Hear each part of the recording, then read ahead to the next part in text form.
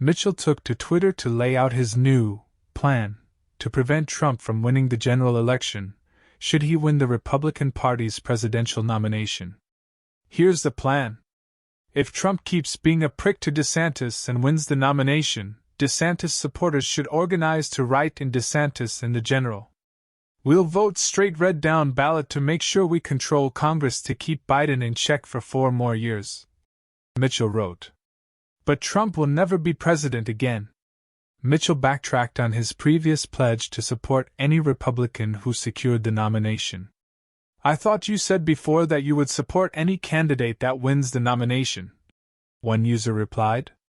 I changed my mind, Mitchell responded. Mitchell grew his online platform in 2016 by being one of the most vocal Trump supporters. However, he made headlines at the beginning of the year when he announced his support for DeSantis over Trump.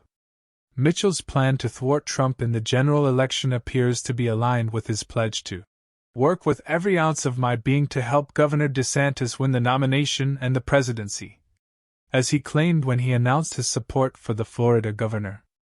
Former Trump campaign official Kalen Dorr criticized DeSantis over Mitchell's remarks, telling Breitbart News, "It's a really bad strategy on the Ron camp's part to elevate these surrogates and rewarding them with interviews. It should come as no surprise that Bill Mitchell, who is only notable for changing his mind and taking people's money for a fictitious studio, has changed his mind and has made it his sole purpose to stop a Republican from being president."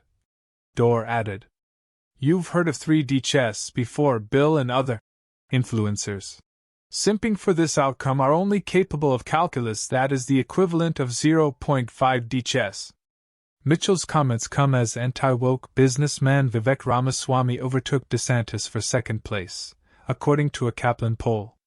That poll also found Trump is ahead of DeSantis by 38 points. Mitchell's unusual strategy is just his latest effort to attack the Trump campaign as his preferred candidate declines in the polls. This week, Mitchell hosted the notorious anti-Trump online influencer Brian Krasenstein on his Your Voice America podcast. Mitchell called Trump a very troubled candidate and doubted the legitimacy of allegedly deceptive polls that consistently put Trump atop the Republican primary field with a commanding lead.